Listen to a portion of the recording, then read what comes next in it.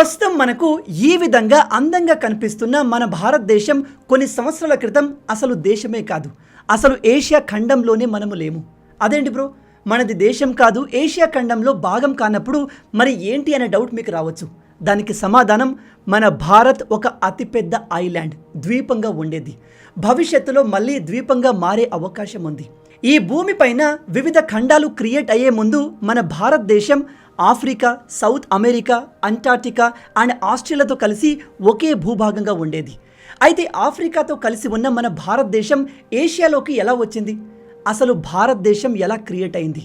ఇంకో ఇంట్రెస్టింగ్ విషయం ఏమిటంటే, మన భూమిపై ఉన్న డైనోసర్లు ఎలా అంతమయ్యాయో మీ అందరికీ తెలుసు. అంతరిక్షం నుంచి ఆస్ట్రాయిడ్స్ వచ్చి భూమిని ఢీకొట్టడం వల్ల డైనోసర్లు అంతరించిపోయాయి అని సైంటిస్టులు చెప్తున్నారు. అదే నిజం కూడా. కానీ దాంతోపాటు ఈ భూమిపై ఉన్న డైనోసర్లు అంతమవడంలో మన ఇండియా కూడా క్రూషియల్ రోల్ ప్లే చేసింది. ఈ విషయం మీలో ఎంతమందికి తెలుసు? అదేంటి బ్రో, డైనోసర్లు అంతమవడానికి మన భారతదేశానికి సంబంధం ఏంటని ఆశ్చర్యపోతున్నారు కదూ. కానీ నిజంగానే భారతదేశం డైనోసర్లు అంతరించిపోవడంలో మేజర్ రోల్ ప్లే చేసింది. అంతేకాదు, మన భారత్ ఏషియాతో కలవడంతో ఒకప్పుడు ఉన్న ఒక అతిపెద్ద సముద్రం కంప్లీట్గా అంతరించిపోయింది. ఆ సముద్రం గురించి కూడా మనం ఇవాళ డిస్కస్ చేయబోతున్నాము. మన భారతదేశం మిగతా దేశాల్లాగా 100-200 సంవత్సరాల పురాతనమైంది కాదు, మనది కోట్ల సంవత్సరాల చరిత్ర.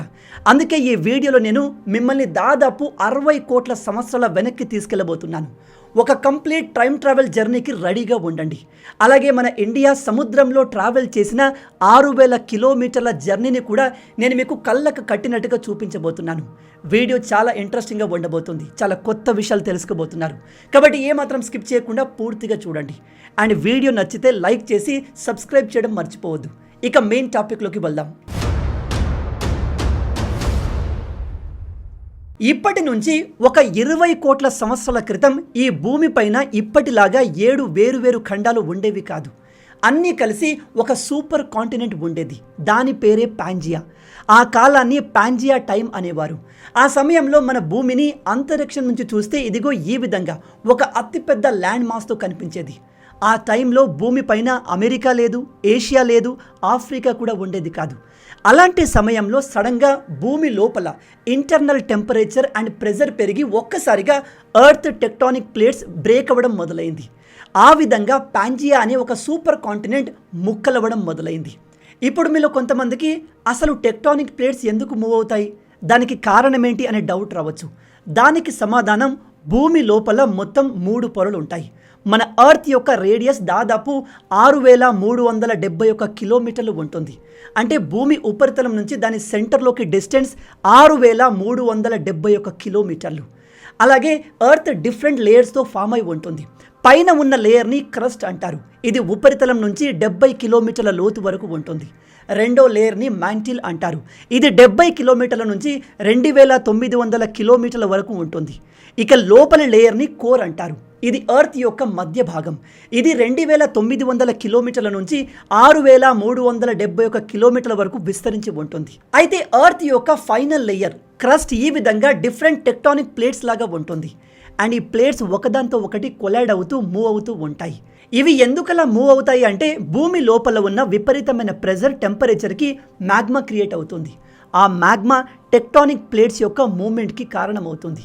ఒక రకంగా చెప్పాలంటే భూమిపై ఉన్న క్రస్ట్ అనేది భూమి ఇన్నర్ కోర్లో ఉన్న మ్యాగ్మా పైన తేలియాడే ఒక లేయర్ అనుకోవచ్చు. అండ్ ఈ లేయర్ లోపల ఉన్న లావా మూమెంట్ని బట్టి పొజిషన్ని మారుస్తూ ఉంటుంది, మూవ్ అవుతూ ఉంటుంది.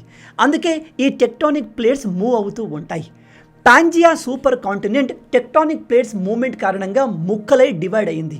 ఒక్కో ముక్క ఒక్కో కాంటినెంట్గా మారింది.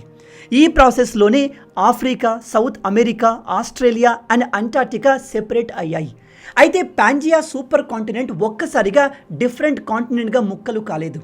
ముందు 2 మేజర్ పార్ట్స్గా డివైడ్ అయింది. అందులో మొదటిది గోండ్వానా.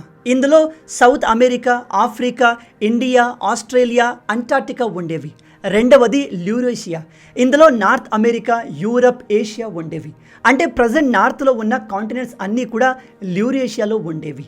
ఇప్పుడు మేజర్ క్వశ్చన్ ఏమిటంటే, ఇండియా సౌత్లో ఉన్న కాంటినెంట్ నుంచి నార్త్లోకి ఎలా వచ్చింది?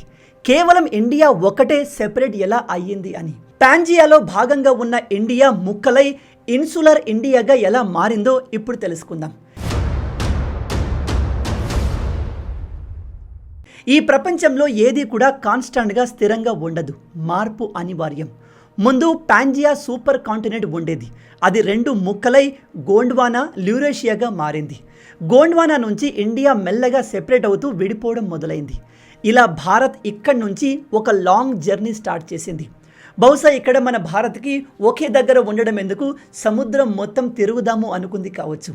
ఇది గోండ్వానా నుంచి విడిపోయి ఇన్సులార్ ఇండియాగా మారింది. బై ద వే, ఇది జరిగింది దాదాపు 150 మిలియన్ సంవత్సరాల క్రితం, అంటే దాదాపు 15 కోట్ల సంవత్సరాల క్రితం. గోండ్వానా నుంచి ఇండియా స్టార్ట్ చేసిన ఈ సుదీర్ఘమైన సముద్ర ప్రయాణాన్ని టెక్టానిక్ రైడ్ అంటారు. అండ్ నేను మీకు ఇందాక చెప్పినట్టు ఇది ఒక చిన్న జర్నీ కాదు, దాదాపు 6000 కిలోమీటర్ల జర్నీ. అండ్ ఇది కంప్లీట్ అవ్వడానికి మన ఇండియాకు 100 మిలియన్ ఇయర్స్ పట్టింది, అంటే 10 కోట్ల సంవత్సరాలు. దాదాపు 50 మిలియన్ సంవత్సరాల క్రితం మన భారత్ ఇదిగో ఈ విధంగా ఏషియన్ ప్లేట్తో కొలైడ్ అయ్యింది. ఈ కొలిజన్ భారీ లెవెల్లో జరిగింది. అయితే ఈ 2 టెక్టానిక్ ప్లేట్స్ కొలైడ్ అయిన ప్లేస్లో ఇలా నేల మొత్తం ఆకాశంలోకి లేచింది. అదే మెల్లగా హిమాలయ పర్వతాలుగా మారింది. అండ్ మీరు ఇక్కడ చూసినట్టయితే ఈ విధంగా మన ఇండియన్ ప్లేట్ ఏషియన్ ప్లేట్ కిందకి చొచ్చుకుంటూ వెళ్తుంది. అండ్ ఇదిగో ఈ ప్రాంతంలో నేల మొత్తం పైకి లేచి హిమాలయ పర్వతాలు క్రియేట్ అయ్యాయి. అందుకే మీరు గమనించండి, అప్పుడప్పుడు జియాలజిస్టులకి హిమాలయ పర్వతాలపైన కూడా సముద్రపు జీవుల అవశేషాలు లభిస్తూ ఉంటాయి. మీకు అనిపించవచ్చు, హిమాలయ పర్వతాలు సముద్రానికి 1000 కిలోమీటర్ల దూరంలో ఉన్నాయి, అక్కడ సముద్ర జీవుల అవశేషాలు ఎలా దొరికాయి అని. దానికి సమాధానం ఇదిగో ఇది. అండ్ ఈ కొల్యూషన్ ఒక్క రోజులో జరిగింది కాదు, ఇది కూడా మిలియన్స్ ఆఫ్ ఇయర్స్గా స్లో మోషన్లో జరుగుతూ ఉంటుంది. అండ్ ఇప్పటికీ మన Indian tectonic plate Asian tectonic plate కిందకి స్లోగా జారుతుంది. అందుకే ప్రతి సంవత్సరం ఈ హిమాలయ పర్వతాల ఎత్తు సెంటీమీటర్స్లో పెరుగుతూ ఉంటుంది. అండ్ ఈ హిమాలయ పర్వతాలు ఉన్న ప్రాంతంలో ఎక్కువగా భూకంపాలు వస్తూ ఉంటాయి. దానికి కారణం మన ఇండియన్ ప్లేట్ ఏషియన్ ప్లేట్ కిందకి స్లైడ్ అవ్వడం. ఈ ప్రాసెస్ కంటిన్యూగా జరుగుతూ ఉంటుంది. కాబట్టి అప్పుడప్పుడు ఈ ప్రాంతంలో డిస్టర్బెన్స్ క్రియేట్ అవుతూ ఉంటాయి. ఆ డిస్టర్బెన్స్లే భూకంపాలుగా భూమి ఉపరితలంపైకి క్రియేట్ అవుతాయి. దీన్ని మనం ఒక రకంగా మన ఇండియన్ ప్లేట్ ఏషియన్ ప్లేట్ మధ్య స్లో మోషన్లో డబ్ల్యూడబ్ల్యూ మ్యాచ్ జరుగుతున్నట్టుగా అనుకోవచ్చు. అయితే మన ఇండియన్ కాంటినెంట్ ఏషియన్ కాంటినెంట్తో ఢీ కొట్టే ముందు మధ్యలో అక్కడ ఒక సముద్రం ఉండేది. దాని పేరే టెథిస్ సముద్రం. దాన్ని మన ఇండియా కంప్లీట్గా వ్యానిష్ అయ్యేలాగా చేసింది.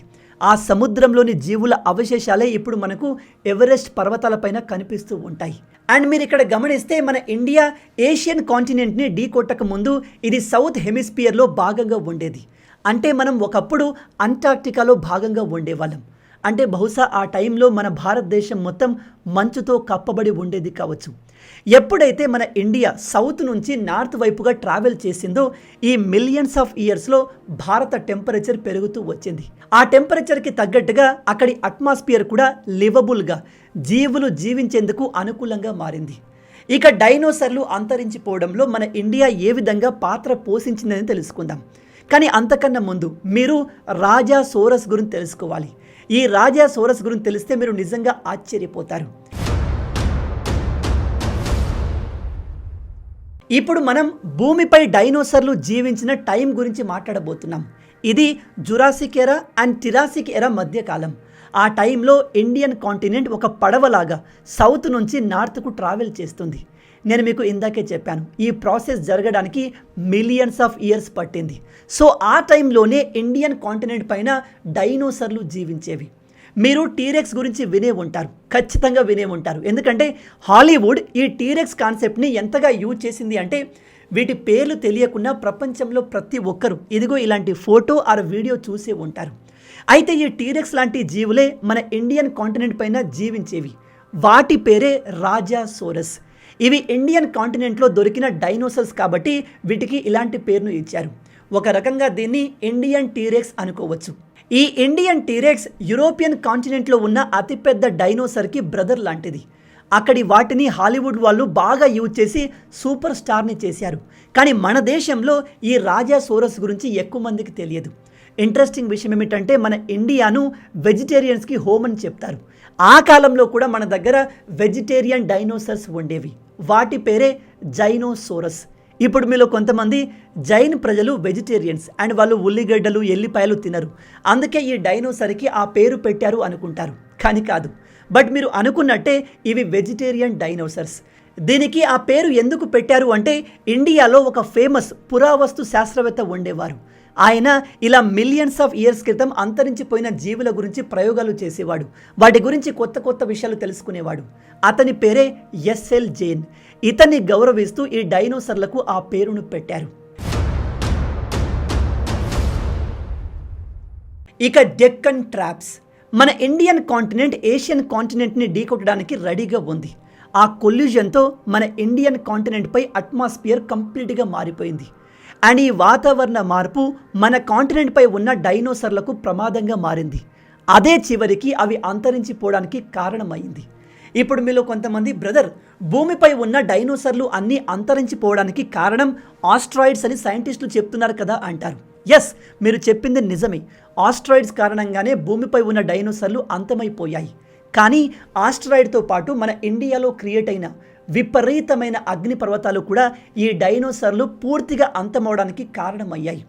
సరిగ్గా 66 మిలియన్ సంవత్సరాల క్రితం మన ఇండియన్ టెక్టానిక్ ప్లేట్ ఏషియన్ ప్లేట్ని ఢీకొట్టినప్పుడు అనేక అగ్నిపర్వతాలు బద్దలయ్యాయి. ఈ అగ్నిపర్వతాల నుంచి వచ్చిన గ్యాస్, లావా భూమిపై ఉన్న అట్మాస్ఫియర్ మొత్తాన్ని డిస్టర్బ్ చేశాయి. ఎంతగా అంటే అట్మాస్ఫియర్ ఎయిర్ మొత్తం కూడా అగ్నిపర్వతాల నుంచి వచ్చిన బూడిదతో, విషపు వాయువులతో నిండిపోయింది. ఆ గాలిని పీల్చుకోవడం కూడా కష్టంగా మారింది. మీరు నమ్మరు, ఆ అగ్ని పర్వతాల నుంచి వచ్చిన లావా వేల సంవత్సరాల వరకు భూమిపైన, ఇండియన్ కాంటినెంట్ పైన నదుల్లాగా ప్రవహించింది. ఆ అగ్ని పర్వతాల కారణంగానే ఈ డెక్కన్ ట్రాప్స్ ఏర్పడ్డాయి. ఈ అగ్ని పర్వతాల నుంచి విపరీతంగా బయటికి వచ్చిన లావా, విషపు వాయువులు అండ్ బూడిద వాతావరణం మొత్తాన్ని కమ్మేశాయి. ఆల్రెడీ ఆస్టరాయిడ్ల తాకిడికి డైనోసర్లు అంతమవ్వడం మొదలైంది. దానికి ఈ అగ్ని పర్వతాలు కూడా తోడవడంతో ఈ భూమిపైన ఒక్క డైనోసర్ కూడా మిగలకుండా అన్నీ అంతమైపోయాయి. వాతావరణం మొత్తం బూడిదతో నిండిపోవడంతో ఆ బూడిద సూర్యకిరణాలు భూమి మీద రాకుండా వాటిని పైనే ట్రాప్ చేసేసాయి. ఇప్పుడు మీరు ఆలోచించండి, భూమిపైన పీల్చుకోవడానికి సరైన గాలి లేదు అండ్ మొక్కలు కిరణజన్య సంయోక్రియ చేయడానికి సూర్యరశ్మి లేదు. అలాంటప్పుడు భూమిపై ఏ జీవులు జీవిస్తాయి చెప్పండి? అందుకే ఆ సమయంలో ఉన్న డైనోసర్లతో పాటు మిగతా చాలా జీవులు అంతరించిపోయాయి. సో ఈ విధంగా మన ఇండియా అంటార్క్టికా నుంచి తన ప్రయాణాన్ని మొదలుపెట్టి ఏషియాను చేరింది. ఈ ప్రయాణంలోనే ఇండియా టీరెక్స్కి బ్రదర్ అయిన రాజాసోరస్ని తనతో పాటు తీసుకువచ్చింది. అండ్ భూమిపై ఉన్న అన్ని డైనోసర్లు అంతమవడానికి అగ్ని పర్వతాలని కూడా క్రియేట్ చేసింది. ఓవరాల్గా చెప్పేది ఏమిటంటే ఈ భూమిపైన ఏది కూడా కాన్స్టాంట్గా స్థిరంగా ఉండదు. పాంజియా అనే సూపర్ కాంటినెంట్ కూడా ఇంతకు ముందు చిన్న చిన్న ఖండాలుగా ఉండేది. అదంతా కలిసి సూపర్ కాంటినెంట్ క్రియేట్ అయింది. అండ్ ఈ సూపర్ కాంటినెంట్ కొన్ని మిలియన్స్ ఆఫ్ ఇయర్స్ తర్వాత ముక్కలుగా వేరుపడి ఇప్పుడు ఉన్న 7 ఖండాలు క్రియేట్ అయ్యాయి. అండ్ రాబోయే కాలంలో అంటే ఇంకొన్ని మిలియన్స్ ఆఫ్ ఇయర్స్ తర్వాత ఈ ఖండాలన్నీ మళ్ళీ కలుస్తాయి అని శాస్త్రవేత్తలు చెప్తున్నారు. అలాంటప్పుడు మన ఇండియా మళ్ళీ ఏషియా నుంచి విడిపోయి అంటార్క్టికాకి వెళ్ళే అవకాశాలు కూడా ఉన్నాయి. ఒకసారి ఇమాజిన్ చేయండి, ఒకవేళ ఈ ఖండాలన్నీ ముక్కలు కాకుండా ఒక అతిపెద్ద ఖండంగా అంటే పాంజియా లాగా ఇప్పటికీ కలిసి ఉంటే, అన్ని దేశాలు కలిసి ఉంటే ప్రపంచం ఏ విధంగా ఉండేది? ఫ్యూచర్లో మన ఇండియా ఏషియా నుంచి విడిపోయి మళ్ళీ అంటార్క్టికాకు వెళ్తే అప్పుడు మన ఇండియా ఎలా ఉంటుంది కావచ్చు?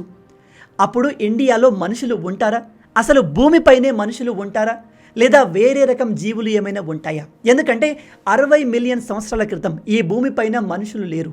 కంప్లీట్గా వేరే జీవులు ఉన్నాయి. మనకు తెలియని అనేక జీవులు ఉన్నాయి. మనకు తెలిసింది కొన్ని మాత్రమే, డైనోసర్లు, రైనోసర్లు మాత్రమే. సైంటిస్టులకు అంతు చిక్కని జీవులు కూడా అనేకం ఉండి ఉండవచ్చు. ఇప్పుడు మన తర్వాత భవిష్యత్తులో మళ్ళీ ఈ ఖండాలన్నీ కలిసి సూపర్ కాంటినెంట్ క్రియేట్ చేస్తే అప్పుడు ఏ జీవులు ఉంటాయి కావచ్చు? మనుషులు ఇంతగా టెక్నాలజీని డెవలప్ చేసుకున్నారు కదా, ఈ టెక్నాలజీని ఉపయోగించి మనల్ని మనం కాపాడుకోగలమా? మీలో ఎంతమంది డైనోసర్లు అంతమవడానికి మన ఇండియా కూడా ఒక కారణమని కొత్తగా తెలుసుకుంటున్నారు? కింద కామెంట్లో తప్పకుండా చెప్పండి. ఈ వీడియో మీకు నచ్చింది అనుకుంటున్నాను. నచ్చితే అలా ఊరికే చూసి వెళ్ళిపోకుండా వీడియోని లైక్ చేయండి. రాబోయే వీడియోలో ఇంకో ఇంట్రెస్టింగ్ టాపిక్తో మళ్ళీ కలుద్దాం. అంటిల్ దెన్, జై హింద్, జై భారత్, భారత్ మాతాకి జై.